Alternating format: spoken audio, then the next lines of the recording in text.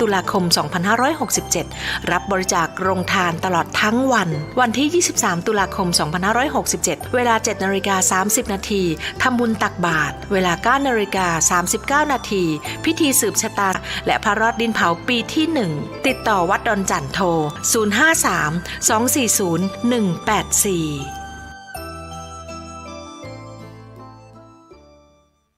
กฐินทานคือสังฆทานบุญข่าวสารเพื่อการประชาสัมพันธ์งานบุญงานกุศลพิธีทำบุญทอดกฐินมหาวิทยาลัยเชียงใหม่ขอเชิญทูตงานบุญมหากฐินสามัคคีของคณะสงฆ์สถานีวิทยุคลื่นสีขาวเพื่อชาวประชา3จังหวัดภาคเหนือและญาติธรรมจังหวัดชลบุรีเพื่อร่วมสมทบทุนในการบูรณะพระอุโบสถที่ชำรุดทรุดโทรมทอดถวายณวัดอินทขินตำบลอินทขินอำเภอแม่แตงจังหวัดเชียงใหม่ในวันเสาร์ที่ 19 ตุลาคม 2567 โดยในวันศุกร์ที่ 18 ตุลาคม 2567 ตกแต่งดาองค์กฐินและจัดเตรียมสถานที่วันเสาร์ที่ 19 ตุลาคม 2567 เวลา 11:00 น.ถวายภัตตาหารเพลแด่พระภิกษุสงฆ์และในเวลา 12:30 น.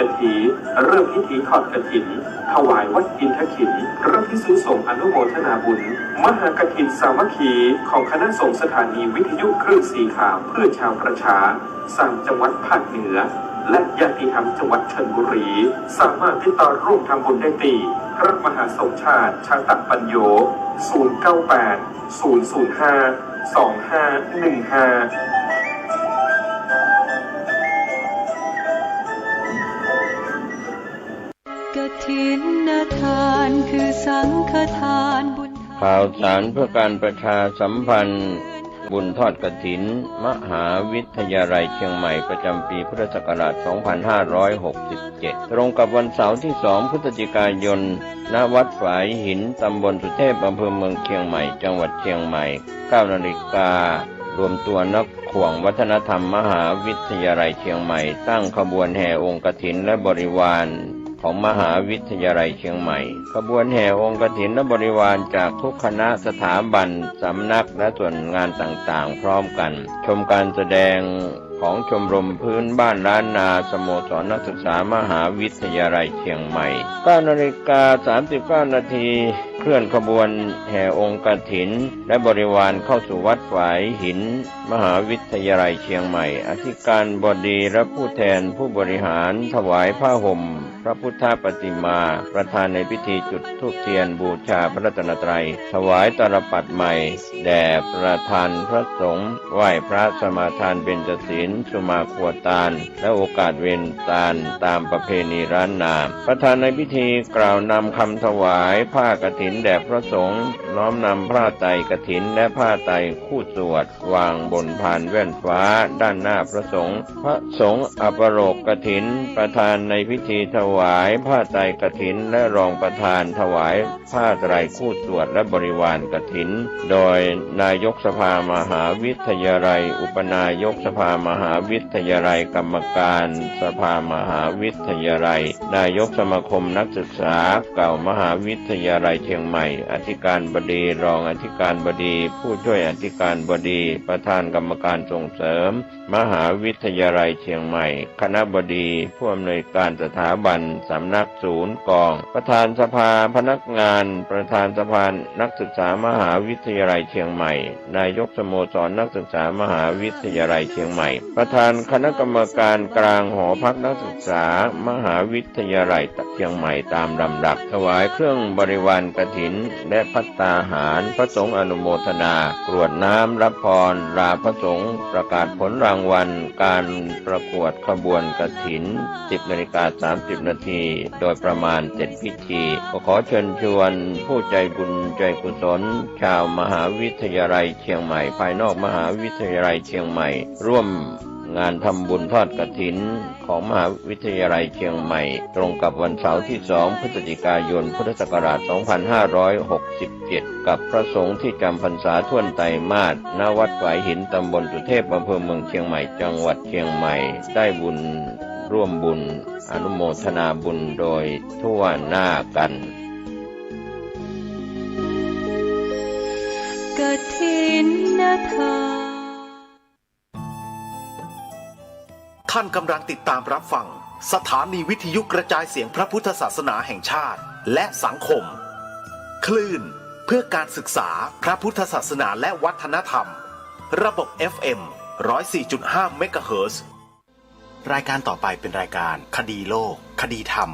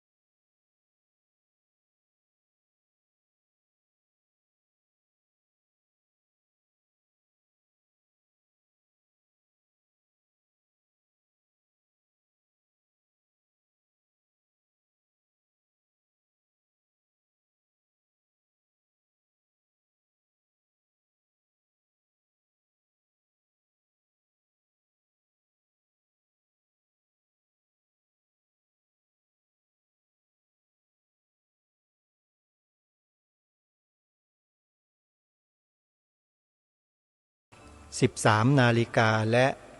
1 นาฬิกาทางสถานีวิทยุพระพุทธศาสนาแห่งชาติคลื่นต่างๆที่ท่านกำลังติดตามรับฟังอยู่ในขณะนี้ไม่ว่าจะเป็น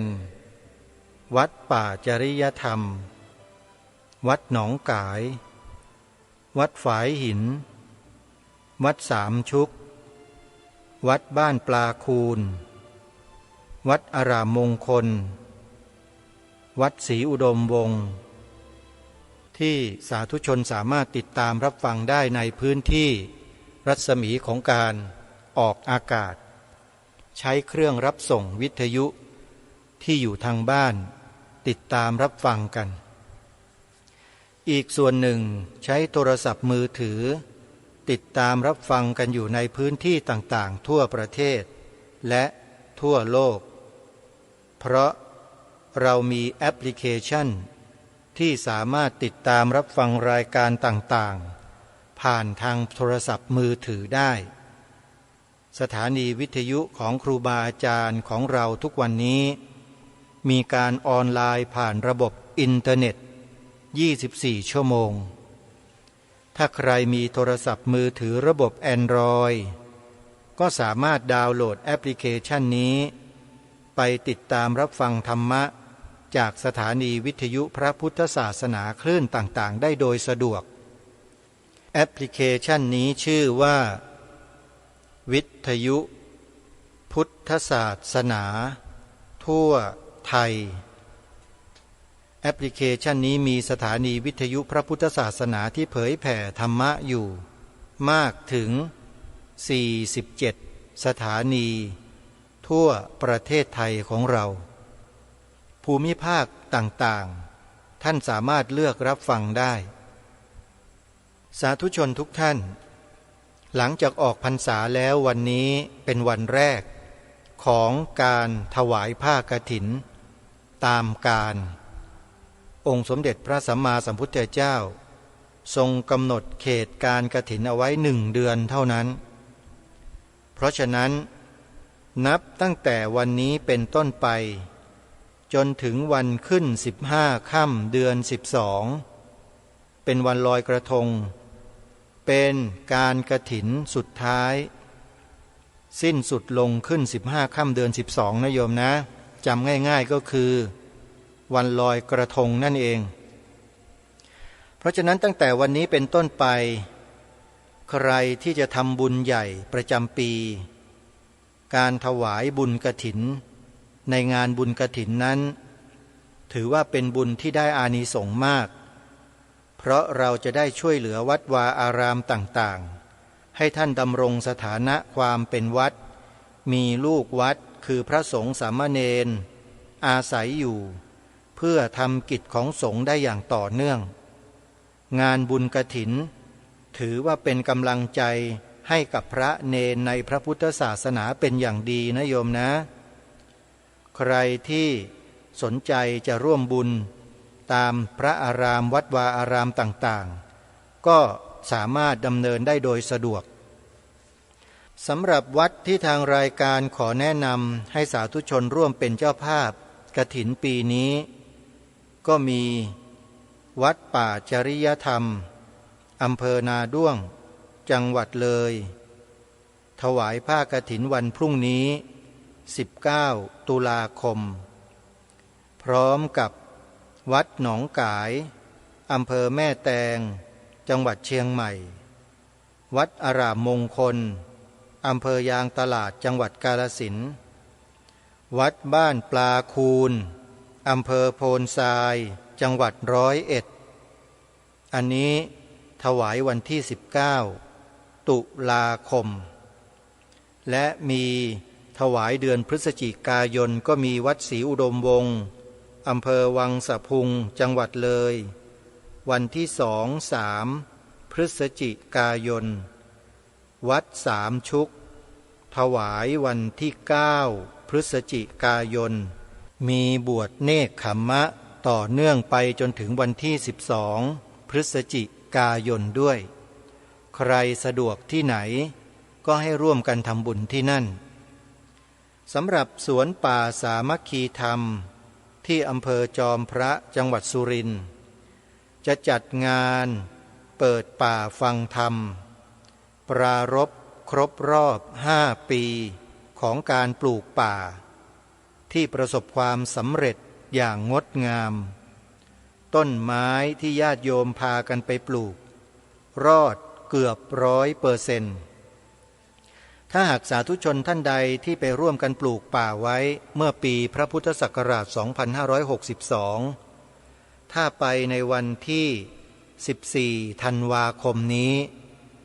ญาติโยมจะเห็นต้นไม้ที่ญาติโยมพากันไปปลูกว่าเจริญเติบโตสูงอย่างมากแล้วผิดหูผิดตาไปเลยต้นเล็กๆที่โยมไปช่วยกันปลูกด้วยความตั้งใจนั้นทำให้ญาติโยมสมความตั้งใจกันเกือบทั้งหมดเลยโยมต้นไม้รอดเกือบทั้งหมดแค่เพียงพูดให้สาธุชนได้ฟังเนี่ยมองไม่เห็นภาพนะโยมนะญาติโยมจะต้องเดินทางไปกันเองไปร่วมงานเปิดป่าฟังธรรมในเดือนธันวาคมนี้กันกำหนดวันจัดงานนั้นคือวันเสาร์ที่14 ธันวาคมนิมนต์พระมาแสดงธรรมตลอดทั้งคืนวันที่14จนถึงรุ่งเช้าของวันที่15 ธันวาคมนะโยมใครที่จะเดินทางไปร่วมกิจกรรมนะเราจะไม่มีการนอนในคืนนั้นเราจะสร้างกุศลสร้างบุญด้วยการนั่งฟังธรรมสอดแจ้งให้โยมเตรียมเครื่องห่มหมอนของตัวเองไปด้วยก็ดีเพราะทางสวนป่านั้นยังไม่พร้อมในการที่จะต้อนรับให้ญาติโยมไปหลับไปนอนกันเพราะไม่มีศาลามีแต่ลานปฏิบัติมีแต่ลานฟังธรรมเท่านั้นโยมยังไม่มีหลังคาด้วยเดี๋ยวจะขึ้นไปทำในเดือนตุลาคมปลายเดือนนี้จนถึงเดือนพฤศจิกายนตลอดทั้งเดือนโยมจะหาทางในการจัดสร้างศาลาชั่วคราวอาจจะเป็นไม้ไผ่สารกันทำหลังคามุงแฝกให้พวกเราญาติโยมเนี่ยได้มีส่วนในการบำเพ็ญกองการกุศลร่วมกันถ้าหากไม่ได้รับความสะดวกโดยประการใดก็ขอขมาไว้ณที่นี้เป็นเบื้องต้นก่อนนะโยมนะเพราะสวนป่าสามัคคีธรรมนั้น ไม่ได้ทำกิจกรรมต่อเนื่องสถานที่แห่งนี้ไม่มีใครอาศัยอยู่นะโยมอาศัยอยู่ตลอดไม่มีเพราะเราไม่ได้เน้นการอยู่อาศัยไม่ได้เน้นการตั้งสำนักสงฆ์หรือวัดเพราะเราต้องการสร้างสวนป่าขึ้นมาเพื่ออนุรักษ์ทรัพยากรธรรมชาติสร้างระบบนิเวศให้กลับฟื้นคืนมาในพื้นที่หนูนกแมลงงูแล้วก็สัตว์เลื้อยคลานต่างๆที่ไม่สามารถจะอยู่ด้านนอกได้เพราะถูกสารเคมีต่างๆมากมายก็จะมาหลบลี้ภัยอยู่ในเขตอภัยทานของสวนป่าสามัคคีธรรมเรานี่แหละเราก็จะได้บุญไปด้วยที่เราได้สร้างที่อยู่อาศัยให้เขาปลอดภัยนะโยมนะนี่คือเจตนาและวัตถุประสงค์ในเบื้องต้นของการปลูกป่าก็คือต้องการช่วยเหลือชีวิตสัตว์ที่ไม่มีทางสู้มนุษย์ได้เนี่ยให้เขากลับมาหลบมาลี้ภัยอยู่ในพื้นที่นี้กัน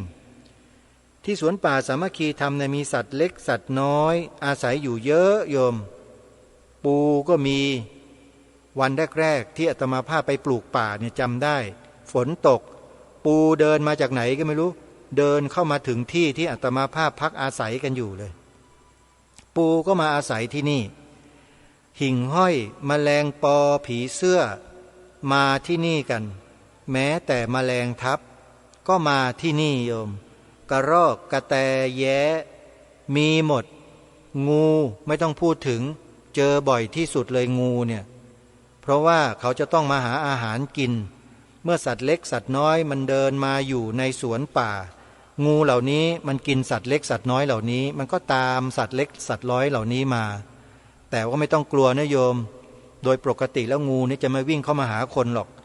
มีแต่คนนั่นแหละจะวิ่งเข้าไปหางู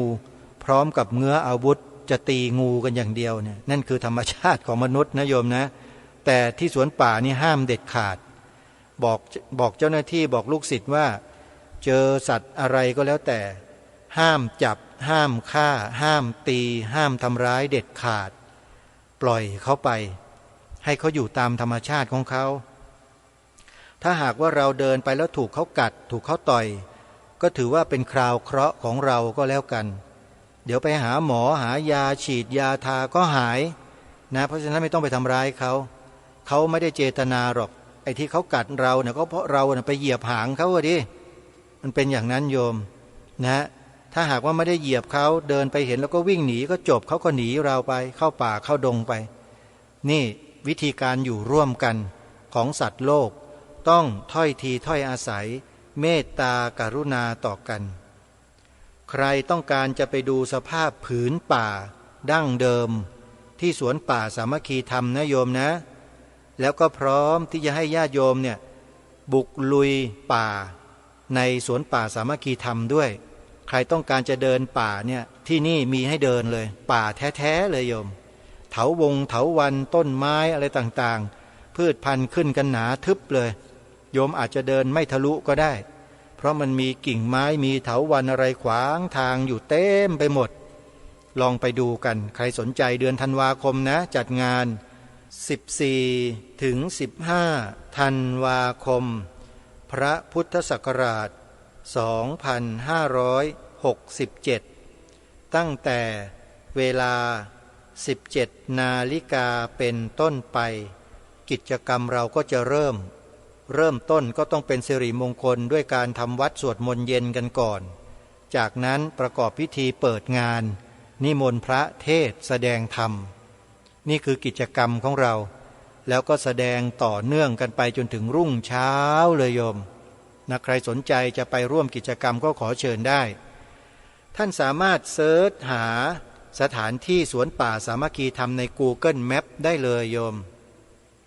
เปิด Google Map ขึ้นมาเขาเรียกว่าแผนที่ Google พิมพ์คำว่าแผนที่ Google ก็ได้มันจะเป็นรูปหยดน้ำที่มันหยดขึ้นฟ้านะโดยปกติหยดน้ำเนี่ยมันจะเอาหัวลงข้างล่างแล้วหางมันจะแหลมใช่ไหมหยดน้ำเนี่ยแต่ลักษณะมันกลับกันน่ะนี่คือสัญลักษณ์ของ Google Map มันคือการปักหมุดเอาไว้มันคือหมุดนั่นเองนะฮะก็แตะเข้าไปที่นั่นแล้วก็พิมพ์ชื่อสวนป่า สามัคคีธรรมดูตัวหนังสือจางๆนิดหนึ่งเขาจะบอกสถานที่นะว่าตำบลบ้านผืออำเภอจอมพระจังหวัดสุรินทร์การดูแผนที่โยมต้องดูให้ดีๆไม่ใช่พอเห็นชื่อสวนป่าสามัคคีธรรมแล้วยังไม่ดูรายละเอียดอะไรเลยไปกดเข้าโยมไปที่ผิดก็มีเหมือนกันไปจังหวัดไหนก็ไม่รู้เพราะไม่ดูรายละเอียดให้ดีซะก่อนเพราะเดี๋ยวนี้นะมีคนเนี่ยไปใช้ชื่อไปปักหมุดในชื่อสวนป่าสามัคคีธรรม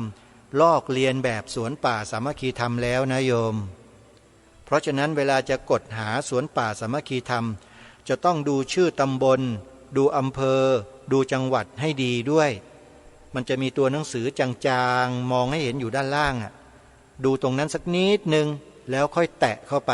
แผนที่ก็จะปรากฏออกมาโยมก็สามารถที่จะกดค้นหาได้เลยหรือเส้นทางได้เลยนะโยมก็จะได้แผนที่และเส้นทางไปสู่สวนป่าสามัคคีธรรมในทุกจุดของโลกอยู่ที่ไหน Google Map ก็จะพาไปจุดหมายที่นั่นพิมพ์ชื่อสวนป่าสามัคคีธรรมติดกันเลยนะติดกันเลยตำบลบ้านผืออำเภอจอมพระจังหวัดสุรินทร์ในเดือนตุลาคมนี้กับเดือนพฤศจิกายน2 เดือนนี้เนี่ยเป็นช่วงที่จะต้องเตรียมสถานที่อาตมาภาพก็จะต้องไปอยู่ดูแลสถานที่ให้พร้อมระบบน้ำต้องมีห้องน้ำต้องพร้อมญาติโยมจะต้องได้รับความสะดวกพอสมควรนะโยมนะไม่ได้สะดวกมากถ้าที่อื่นที่เป็นวัดวาอารามต่างๆอาจจะ100%แต่ที่สวนป่าสามัคคีธรรมเนี่ยจะมีความสะดวกให้เพียงแค่30-40%เท่านั้นเองโยมขอแจ้งบอกไว้ก่อนเดี๋ยวจะว่าอาตมาภาพและกระผมไม่บอกนะครับครูบาอาจารย์ฮะความสะดวกสบายเหมือนในเมืองไม่มีนะครับน้อยมากๆเลยแต่ว่ามีห้องน้ำให้ใช้กันอยู่มีมากกว่าเมื่อครั้งที่ไปปลูกป่าแน่นอนอย่างน้อยด้านนอกเนี่ยมีแล้ว6 ห้องนะแล้วก็มีที่ปัสสาวะของผู้ชายอยู่ด้านหลังแล้วของญาติโยมผู้หญิงก็อยู่ด้านหน้านะก็จะแบ่งกันใช้ไปนี่มีแนวโน้มว่าจะสร้างห้องน้ำผู้ชายเพิ่มอีก2 ห้องนะโยมใครจะเป็นเจ้าภาพร่วมสร้างห้องน้ำให้ผู้ชาย2 ห้องก็ยินดีนะโยมนะก็สามารถที่จะติดต่อเข้ามาได้เลยอันนี้คือความสะดวกของญาติโยมอาตมาภาพนั้นไม่ได้ไปใช้สักเท่าไหร่หรอกห้องน้ำเหล่านั้นคือทำไว้ให้ญาติโยมทั้งหมดนะฮะระบบน้ำก็เหมือนกันตั้งถังน้ำเพื่อจะกักเก็บน้ำไว้ใช้ในวันงานชั่วคราวเท่านั้นเองไม่ได้ตั้งถาวรนะโยมถ้าตั้งถาวรเนี่ยจะต้องทำนั่งร้านยกขึ้นไปอย่างแข็งแรงแล้วก็นำถังน้ำจำนวนหลายถังเนี่ยถังละ 4,000 ลิตรบ้างถังละ2,000 ลิตรบ้างเนี่ย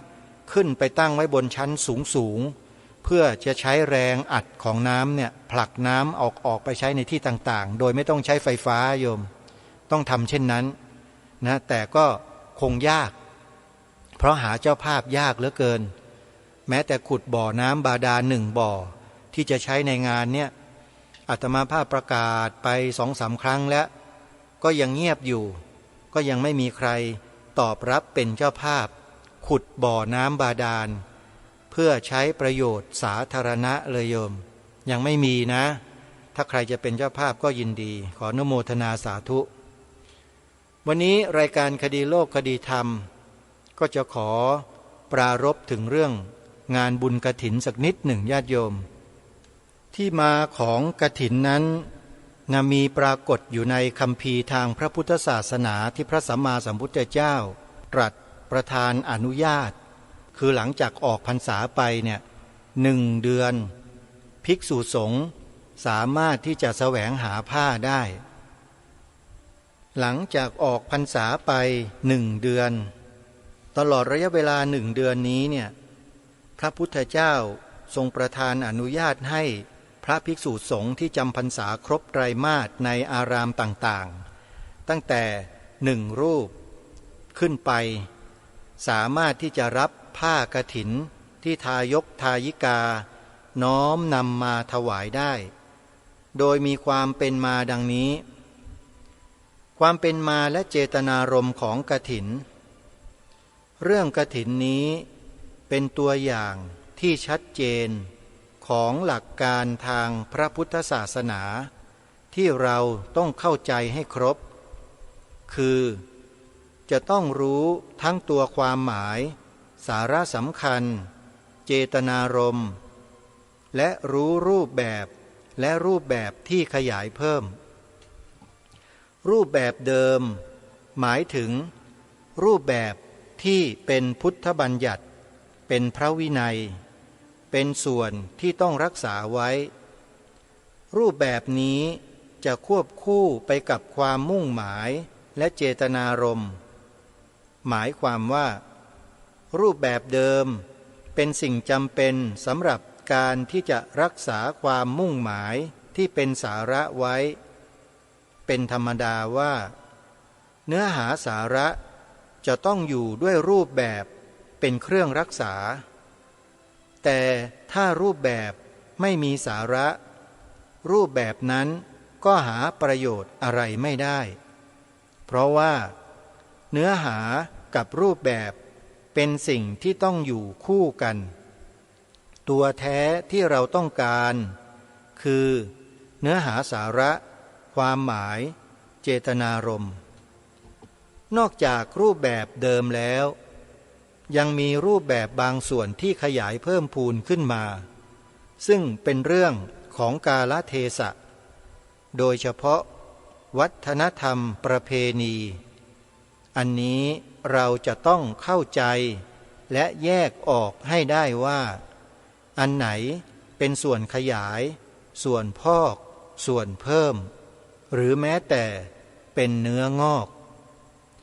สำหรับเรื่องกฐินเราก็เอาหลักการนี้เข้ามาจับแต่อาตมาภาพเข้าใจว่าที่ประชุมนี้ได้ร่วมการสัมมนามาทั้งวันคงมีความเข้าใจพอสมควรแล้วในที่นี้เพียงแต่มาทบทวนกันเล็กน้อยสาธุชนคำว่าอาตมาในที่นี้เนี่ยก็คือคำที่ท่านเจ้าประคุณสมเด็จพระพุทธโฆษาจารย์ปอ.ประยุตโตท่านกล่าวนะโยมนะท่านได้ปรารภกับพระในวัดยานเวศกวันไว้แล้ววัดยานเวศกวันก็ได้ถอดความเนี้ยมาเผยแพร่เราก็ศึกษาไปด้วยกันทีนี้เรามาดูความต่อมาท่านกล่าวไว้อย่างนี้ว่ากฐินนั้นความจริงเป็นกิจหน้าที่ของสงฆ์คือ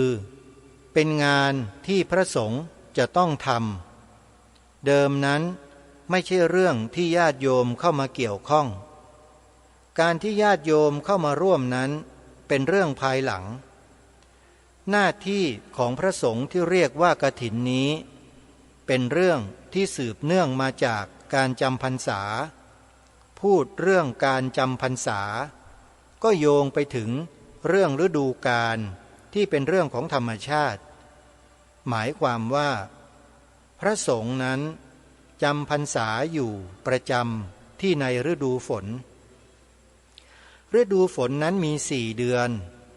พระพุทธเจ้าบัญญัติพระวินัยให้พระสงฆ์จำพรรษาในฤดูฝนนั้นโดยอยู่แค่3 เดือนอันนี้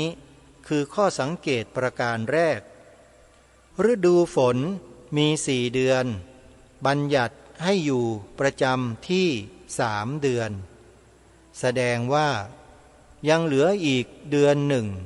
จึงจะครบตลอดฤดูฝนอีกเดือนหนึ่งนี้จะเหลือไว้ทำไมปรากฏว่าท่านเหลือไว้เป็นเวลาสำหรับพระสงฆ์จะได้หาจีวรทำจีวรชีวิตของพระสงฆ์โดยเฉพาะในสมัยโบราณนั้นคือชีวิตของการจาริก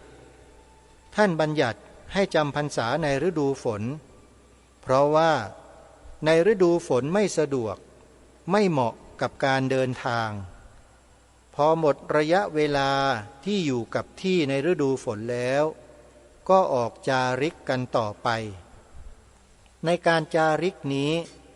ท่านควรจะเตรียมตัวกันให้พร้อมมีบริขารอะไรที่ควรเตรียมก็เตรียมไว้เสียสิ่งที่จะต้องเตรียมอย่างหนึ่งที่สำคัญก็คือเครื่องนุ่งห่มได้แก่จีวรเหลือเวลา1 เดือนไว้สำหรับหาจีวรพระแต่ละองค์มีหน้าที่ที่เป็นเรื่องของตัวเองในการที่จะต้องหาจีวรทำจีวรเพราะปรารภเรื่องนี้แหละพระพุทธเจ้าจึงทรงบัญญัติเรื่องกฐินขึ้นมาในช่วงเวลานี้คือเป็นเรื่องที่เกี่ยวข้องกับการหาจีวรทำจีวรของพระสงฆ์โดยยกเอาเรื่องการหาจีวรทำจีวรนี้ขึ้นมาเป็นกิจกรรมของสงฆ์ส่วนรวมกำหนดให้พระสงฆ์ที่หาจีวรทำจีวรสำหรับตนเองแต่ละองค์นี้ให้มาร่วมกันทำกิจกรรมส่วนรวมขึ้นมาอย่างหนึ่งซึ่งเป็นเรื่องของการหาจีวรทำจีวรเหมือนกันซึ่งเรียกชื่อพิเศษว่ากฐินแต่แทนที่จะเป็นการหาจีวรทำจีวรสำหรับตนเองก็เป็นการช่วยกันหาผ้าของส่วนรวมที่จะเอามาตกลงกันมอบให้พระภิกษุรูปใดรูปหนึ่งให้เป็นผลของความสามัคคีถ้ามองในแง่หนึ่งก็เหมือนกับว่าพระพุทธเจ้าจะทรงพิสูจน์ความสามัคคีของพระสงฆ์ที่อยู่ด้วยกันมาตลอด3 เดือนว่ามีความพร้อมเพรียงปรองดองกันหรือไม่เพราะจะต้องมีการทำกิจกรรมร่วมกันในการที่จะหาผ้ากฐินนี้ขึ้นมาและเสร็จแล้วก็ต้องมามอบให้แก่พระองค์หนึ่งโดยต้องมีความยินยอมพร้อมเพรียงตกลงกันได้และนอกจากพิสูจน์ความสามัคคีที่มีอยู่แล้วก็จะได้เป็นเครื่องผูกใจกันไว้อีกด้วยเพราะว่าในโอกาสที่จะแยกย้ายกันไปก็ได้มาพร้อมเพรียงกันช่วยกันหาจีวรขึ้นมาแล้วถวายให้แก่พระภิกษุรูปหนึ่งซึ่งบอกว่าเป็นผู้ที่มีศีลาจารวัตรมีความประพฤติดีงามมีความสามารถเมื่อต่างก็มีคุณสมบัติอย่างนี้องค์ไหนจีวรเก่าก็ถวายองค์นั้นไปเรื่องของกฐินมีสาระสำคัญอยู่ตรงนี้คือเป็นเรื่องเกี่ยวกับการหาจีวรทำจีวรแต่แทนที่จะเป็นเรื่องว่าแต่ละองค์ทำให้ตัวเองท่านก็ให้มีกิจกรรมของส่วนรวมขึ้นมาในการที่จะให้พระที่จำพรรษาทั้งวัดมาพร้อมเพรียงกันหาและทำจีวรให้แก่สมาชิกในชุมชนของตนตอนที่จะเป็นกฐินก็คือตอนที่ว่าพระทั้งหมดที่จำพรรษาด้วยกันในวัดนั้นตลอดเวลา3 เดือนนั้นหาผ้าได้แล้วก็มาประชุมกันเอาผ้านั้นมาเข้าที่ประชุมตามระบบการอยู่ร่วม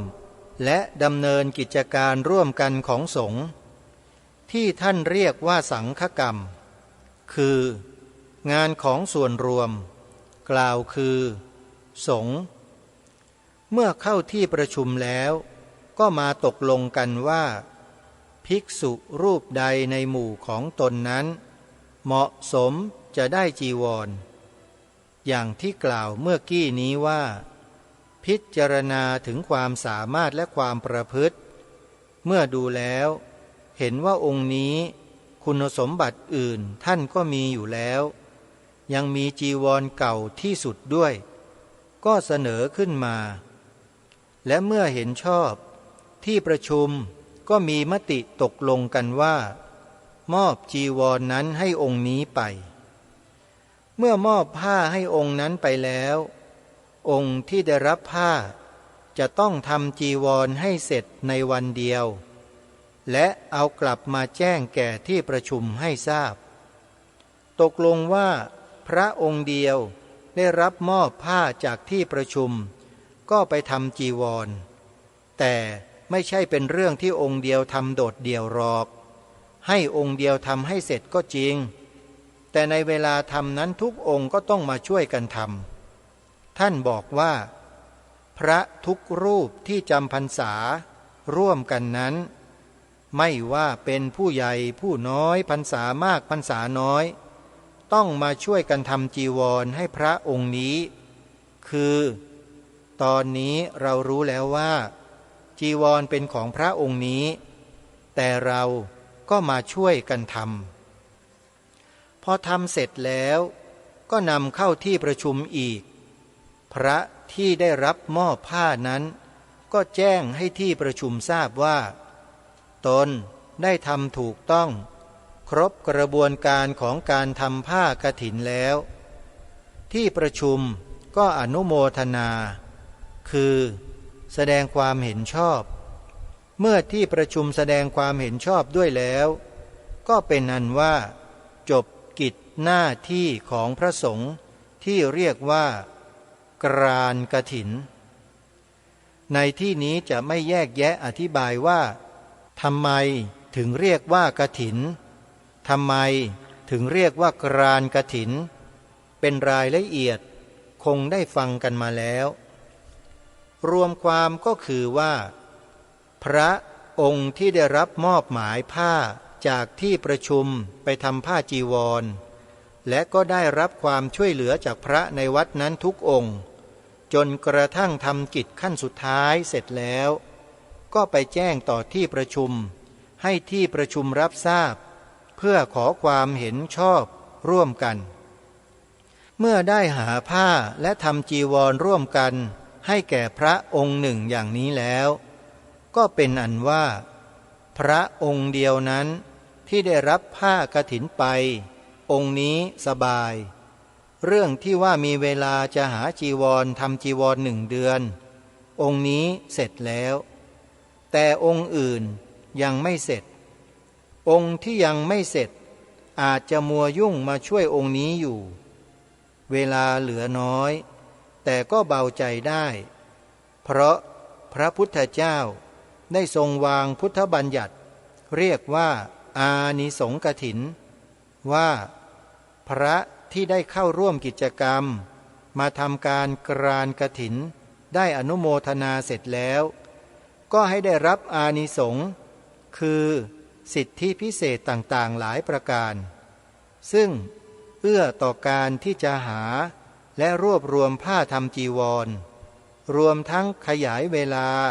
ที่จะหาจะทำจีวรออกไปอีก4 เดือนแต่ละองค์ได้สิทธิพิเศษขยายเวลาออกไปแต่ก่อนมีสิทธิ์แค่ท้ายฤดูฝนคือถึงกลางเดือน12ก็หมดสิทธิ์แต่เพราะมัวไปช่วยเขาทำเพื่อแสดงความสามัคคีตอนนี้พอทำเสร็จแล้วตัวเองก็ได้สิทธิพิเศษขยายเวลาออกไปนี้คือการให้ความยอมรับและสนับสนุนต่อการที่มาแสดงน้ำใจกันในเรื่องของส่วนรวมความว่ากฐิน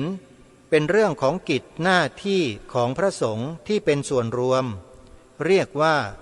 เป็นการพิสูจน์ความสามัคคีและเป็นการแสดงน้ำใจต่อกันเป็นการผูกใจกันไว้ต่อจากนี้ก็จะแยกย้ายกันไป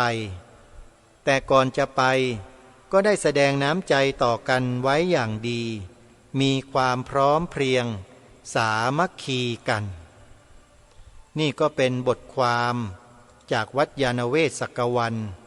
ตำบลบางกระทึกอำเภอสามพรานจังหวัดนครปฐมโยมเป็นคำบรรยายให้ความรู้โดยท่านเจ้าประคุณสมเด็จพระพุทธโฆษาจารย์ปอ.ประยุตโตของเรานั่นเองก็เป็นอันว่าเราทราบกันแล้วว่าเรื่องของกฐินนั้นแต่แรกเริ่มเดิมทีเลยตั้งแต่สมัยครั้งพุทธกาลเนี่ย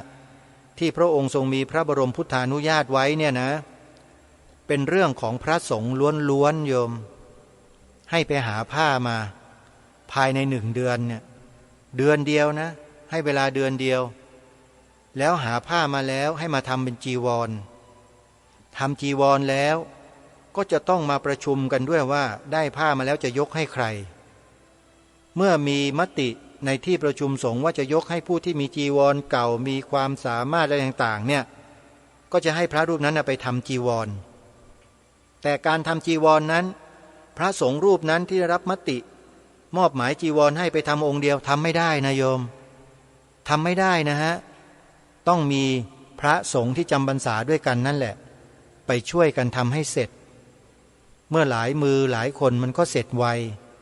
และการไปร่วมกันทำอย่างนั้นเนี่ยมันเป็นการแสดงสปิริตของพระสงฆ์เหล่านั้นต่อพระที่ได้รับมอบจีวร นั้นด้วย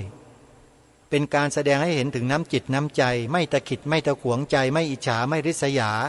และพร้อมที่จะไปช่วยกันทำเห็นไหมฮะแสดงถึงความสามัคคีกันในสงฆ์นี่คือขั้นของการทำจีวรทีนี้พอทำเสร็จแล้วยังไงต่อพระสงฆ์ที่เป็นเจ้าของผ้าจีวร นั้นก็จะนำเอาผ้าอันนั้นแหละมาเข้าสู่ที่ประชุมสงฆ์อีกครั้งหนึ่งเพื่อให้สงฆ์นั้นสวดยัตติทุติยกรรมวาจาตามพระบรมพุทธานุญาตพระพุทธองค์ทรงมีพระบรมพุทธานุญาตเอาไว้ว่าในหมู่สงฆ์เหล่านั้นน่ะพระสงฆ์ที่ไม่ได้รับมอบจีวรเนี่ยก็ไม่ได้หมดโอกาสไปเสียทีเดียวทรงให้อานิสงส์ไว้มากมายหลายประการเลยแล้วก็ขยายเขตจีวรไปอีก4 เดือนท่านผู้ฟังพระสงฆ์เหล่านั้นน่ะที่ไม่ได้รับจีวรเนี่ยยังหาผ้าจีวรได้ตั้ง4 เดือนนะโยมนะแล้วเมื่อได้มาแล้วก็เป็นของท่านด้วยเห็นไหมนี่คือองค์สมเด็จพระสัมมาสัมพุทธเจ้าโยมไม่ได้ตรัสแค่อริยสัจ4อริยมรรคมีองค์8เท่านั้นเหมือนใครบางคนที่กำลังดังๆอยู่ตอนเนี้ยพูดแต่เรื่องแค่นั้นแหละพูดธรรมะพุทธเจ้านิดเดียวแล้วบอกอย่างอื่นบอกพุทธเจ้าไม่ได้สอนไม่ได้สอนโยมเชื่อแล้วคนพวกเนี้ยโยมฟังให้ดีนะ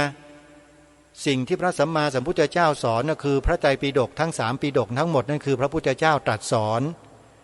แต่คนที่อ้างพระพุทธเจ้าว่าสอนเพียงแค่นิดเดียวเท่านี้อย่างอื่นไม่มีสอนเนี่ย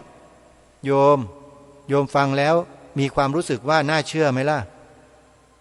ตรงนี้ต้องพิจารณากันให้ดีนะโยมนะอาตมาภาพเองเนี่ย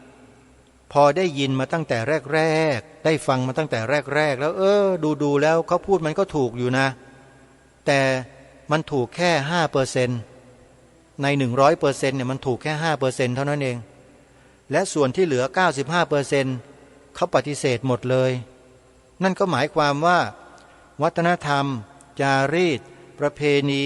วิถีชีวิตความเชื่อ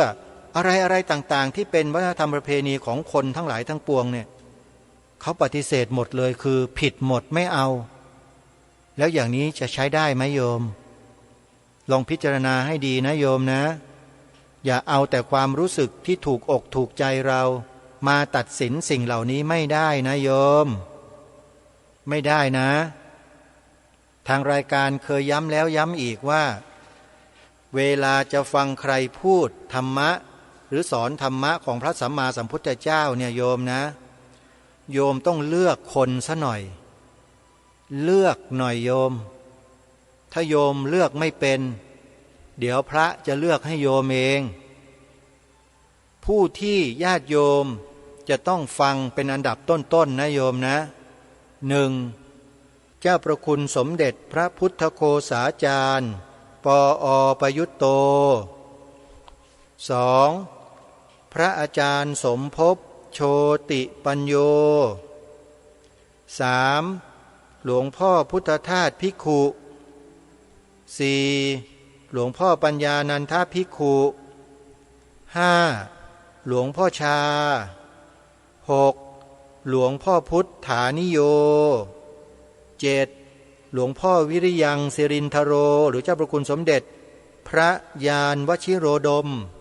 วิริยังสิรินทโรอย่างเนี้ยเป็นต้นญาติโยมแล้วก็ครูบาอาจารย์อีกมากมายหลายๆท่านที่ท่านแสดงธรรมะกล่าวธรรมะแล้ว ไม่ขัดแย้งกันไปด้วยกันได้อย่างที่ยกตัวอย่างรายนามเมื่อสักครู่นี้โยมหาฟังเหล่านี้ให้เยอะๆไอ้ที่มากันใหม่ๆใหม่ๆมาแสดงฤทธิ์แสดงเดชอะไรกันโผงผางเนี่ยโยมระวังให้ดีเดี๋ยวโยมจะกลายเป็นอะไรก็ไม่รู้มาทำลายพระสงฆ์ทำลายสามเณรทำลายชาวพุทธด้วยกันเองโดยไม่รู้ตัวนะโยมนะอาตมาภาพเตือนแล้วเตือนอีกว่าให้ระวังนะการรับข้อมูลข่าวสารอะไรๆที่มีการอ้างว่าเป็นคำสอนของพระสัมมาสัมพุทธเจ้าอย่างโน้นอย่างนี้อย่างนั้นอย่างเน้นอย่างโน้นเนี่ยโดยไม่อ้างที่มาที่ไปให้ชัดเจนเนี่ยอันตรายนะโยมนะโยมสำนักที่ญาติโยมสามารถที่จะเชื่อถือได้เลยในเรื่องของหลักธรรมคำสอนของพระสัมมาสัมพุทธเจ้าเนี่ยนะสำนักที่เชื่อได้เลยนะ1วัดจากแดงตำบลทรงขนองอำเภอพระประแดงจังหวัดสมุทรปราการเจ้าคุณพระราชวชรบัณฑิตพระมหาประนอมธรรมลังการโรนั่นแหละสำนักเนี้ยใครต้องการจะไปถามธรรมะต้องการไปถามความข้องใจเรื่องอะไรก็แล้วแต่เกี่ยวกับคำสอนพระพุทธเจ้ากล้าหน่อยกล้าไปถามหน่อยนะที่นั่นเขาจะตอบให้หมดเลยตอบได้หมดทั้ง3 ปีฎกอรรถกถาดีกาคันถีโยชนาศรัทธาวิเศษปกรณ์พิเศษทั้งหลายทั้งปวงมีหมดไปถามท่านสิว่าแต่ว่าจะมีธรรมะหรือมีข้อสงสัยอะไรเนี่ยที่จะขนไปถามท่านเนี่ยพอหรือเปล่าโยมกลัวจะไม่พอนะถามน้อยไปเอาไปถามเยอะๆนะโยมนะใครสงสัยเนี่ยสำนักที่2นะโยมนะวัดวิหารธรรมตำบลโสมเยี่ยมอำเภอน้ำโสมอุดรธานีไปถามได้เลยโยมพระมหาสมปองมุทิโตสำนักที่3วัดท่ามะโออำเภอเมืองลำปางโยมสำนักที่4วัดเขาสนามชัยจังหวัดประจวบคีรีขันธ์สำนักที่5นู่นเลยครับวัดหาดใหญ่สิตารามหรือที่ชาวบ้านรู้จักวัดสมเด็จอยู่ที่อำเภอหาดใหญ่จังหวัดสงขลาวัดเหล่านี้เป็นสำนักเรียนศึกษาค้นคว้าพระบาลีคำสอนของพระสัมมาสัมพุทธเจ้าอย่างละเอียดละออลึกซึ้งตรงตามหลักเกณฑ์ทุกอย่างทุกประการแล้วก็บอกธรรมสอนธรรมตรงตามพุทธพจน์ทั้งหมดทั้งสิ้นไม่มีการใช้อัตโนมัติของตนเองยกเว้นท่านจะวงเล็บไว้ว่าเป็นความเห็นของส่วนบุคคลท่านจะบอกไว้แต่อันไหนที่เป็นคำสอนของพระสัมมาสัมพุทธเจ้าของอรรถกถาดีกาท่านก็จะแจ้งจะบอกกับเราชัดเจนเลยว่าอันนี้เป็นคำของพระเถระนะอันนี้เป็นคำของพระเถรีนะอันนี้เป็นคำของเทวดานะอันนี้เป็นคำของอุบาสกอันนี้เป็นคำของอุบาสิกานะอันนี้เป็นของดีกาจารย์นะท่านจะบอกไว้ชัดแต่ในยุคปัจจุบันนี้โยมโผล่มาจากไหนก็ไม่รู้อ้างว่าเป็นคำสอนพระพุทธเจ้าคำก็คำสอนพระพุทธเจ้า2 คำก็คำสอนของพระพุทธเจ้า3 คำก็พุทธวจนะ4 คำ5 คำก็พุทธวจนะระวังกันให้ดีนะระวังจะหลงทิศหลงทางหลงคนเหล่านี้นะไอ้หลงทิศหลงทางนี่ยังพอวนกลับได้แต่ถ้าหลงคนเมื่อไหร่เนี่ยยากนะโยมเพราะการหลงคนใดคนหนึ่งเนี่ยมันจะทุ่มเทให้เขาทั้งชีวิตสละให้ได้ทั้งหมดเหมือนกับบางลัทธิที่เรียนแบบพระพุทธศาสนาของเราเนี่ยโยมมีญาติโยมหลายคนนะพอได้ไปฟังแล้วนี่เคลิ้มเลยนะเคลิ้มตามนี่ถึงขนาดยอมเอาถวายชีวิตให้เลยอ่ะขายบ้านขายที่ดินยกบ้านยกที่ดินยกครัวยกอะไรให้หมดเลยแล้วก็ย้ายตัวเองไปอยู่ข้างในกับเขาไปอยู่ที่นั่นเลยเป็นชาวของเขาเลยนะชาวอะไรก็ไม่รู้นั่นแหละลัทธิลอกเลียนพระพุทธศาสนาลอกเลียนแบบพระสงฆ์เขาทำกันแบบนั้นนะนั่นแหละโยมมันมีอยู่เห็นอยู่ แล้วก็กำลังจะมีเพิ่มขึ้นเพิ่มขึ้นเพิ่มขึ้นระวังกันให้ดีวิธีที่ป้องกันดีที่สุดคืออะไรรู้ไหมศึกษาพระธรรมคำสอนให้ถูกต้องตามแนวทางที่คณะสงฆ์ท่านได้วางไว้กำหนดไว้เช่นศึกษานักธรรมตรีโทเอกศึกษาพระบาลีประโยค 1-2 ถึงประโยค 9ศึกษาพระอภิธรรมมัทธสังคหะศึกษาพระไตรปิฎกเป็นต้นบาลีใหญ่เป็นต้นเหล่านี้ต้องศึกษาให้เข้าใจญาติโยมแล้วเราจะรู้จะทราบด้วยตัวของเราเองว่าพระสัมมาสัมพุทธเจ้าตรัสสอนอะไรไม่ใช่ไปฟังคนอยู่คนเดียวเนี่ยนะฟังคนอยู่คนเดียวเนี่ยที่พูดอ้างคำสอนพุทธเจ้าสอนเท่านี้เท่านี้ไม่ได้สอนอย่างอื่นสอนเท่านี้เท่านี้ไม่ได้สอนอย่างอื่นพอพูดทุกวันพูดบ่อยๆเราฟังมากๆบ่อยๆเราก็เชื่อสิเราก็เชื่อเขาไงพอเชื่อเขาแล้วเราก็บอกว่าพระสงฆ์ในประเทศไทยนี่สอนผิดหมดสอนไม่ถูกพุทธเจ้าสอนแค่นี้เองทำไมพระสงฆ์มาสอนอะไรมากมายเหลือเกินเต็มไปหมดเลยนะมันจะเกิดอาการเช่นนี้ขึ้นนะระวังกันให้ดีนะโยมนับพระคุณเจ้าด้วยนะครับต้องระวังนะครับผมไม่ได้ว่าใครแต่เตือนพวกเราชาวพุทธว่าให้ระวังอย่าเพิ่งเชื่ออะไรศึกษาด้วยตัวเองเรียนรู้ด้วยตัวเองให้แจ้งชัดตำรับตำราคัมภีร์ในพระพุทธศาสนามีอยู่ในนามของพระไตรปิฎกมีอยู่แล้วครับหันมาอ่านหัดมาศึกษาเรียนรู้กันจะได้ไม่ตกเป็นเหยื่อของใครบางคนบางกลุ่มบางพวกโชคดีนะที่เรามีพระสงฆ์ที่ใจหาญกล้าออกมาชี้แจงมาแสดงแก้ปรับประวาทคนเหล่านี้ไปหลายยกเลยอย่างน้อยๆก็6 ยกนะอย่างที่ทางรายการเคยแนะนำให้ไปฟังใน YouTube จำได้ไหมพระมหาอุเทนปัญญาปริทัศน์ขออนุญาตเอ่ยนามนะมหานะพูดถึงเรื่องทูตเทวทัตทุจินกลุ่มนี้แหละ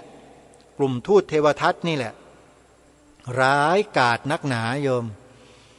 ยมต้องไปฟังนะถึงจะเข้าใจมาฟังอาตมาพูดแค่นี้ไม่รู้เรื่องหรอกโยมต้องไปฟังในรายละเอียดว่าพระมหาอุเทนพูดถึงเรื่องอะไรยังไงนะฮะชื่อคลิปใน YouTube นะทูตเทวทัตทุจินวันนี้เวลาหมดท่านผู้ฟังคงไม่ได้มีอธิบายอะไรเพิ่มแล้วแหละไว้พบกันใหม่ในวันพรุ่งนี้ขอความสุขความสวัสดีในธรรมแห่งองค์สมเด็จพระบรมศาสดาสัมมาสัมพุทธเจ้าจงปรากฏเกิดมีขึ้นในจิตใจของท่านผู้ฟังทุกท่านทุกคนเทินขอเจริญพร